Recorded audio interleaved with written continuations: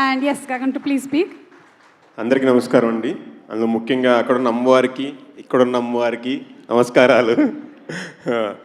Sir, MS రాజు గారు మా generation అందరికీ మీరు ఒక ఎమోషన్ సార్. ఎంఎస్ రాజు అనేదే పెద్ద ఎమోషన్ సార్. ఎందుకంటే ఒక్కడు సినిమాతోనే మహేష్ బాబు గారికి అందరం పెద్ద ఫ్యాన్స్ అయ్యాం. అదో వర్షం సినిమాతో ప్రభాస్ గారికి డైహార్డ్ ఫ్యాన్స్ అయ్యాం.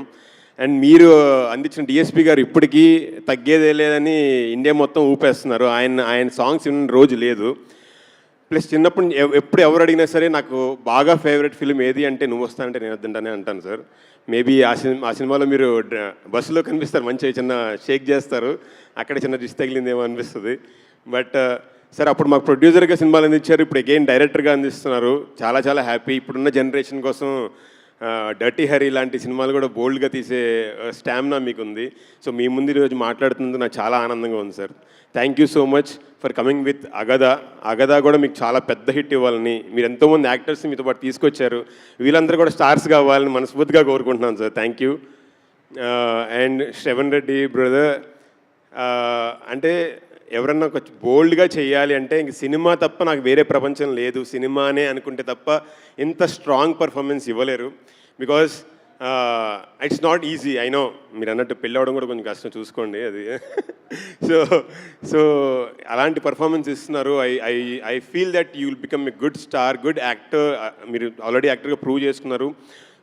అగదాతో ఇంకో మంచి బ్రేక్ రావాలని మనస్ఫూర్తిగా కోరుకుంటున్నాను. మన ఇండస్ట్రీకి తెలుగు అమ్మాయిల్ని పరిచయం చేస్తున్న మేజర్ పీపుల్ ఎస్కేఎన్ ప్రొడ్యూసర్ గారు అండ్ సాయి రాజేష్ గారు ఇక్కడ ఉన్నారు. దాంతోపాటు ఇంకొక తెలుగు యాక్టర్ బాగా ప్రూవ్ చేసుకుందంటే తను కామాక్షి భాస్కరాల.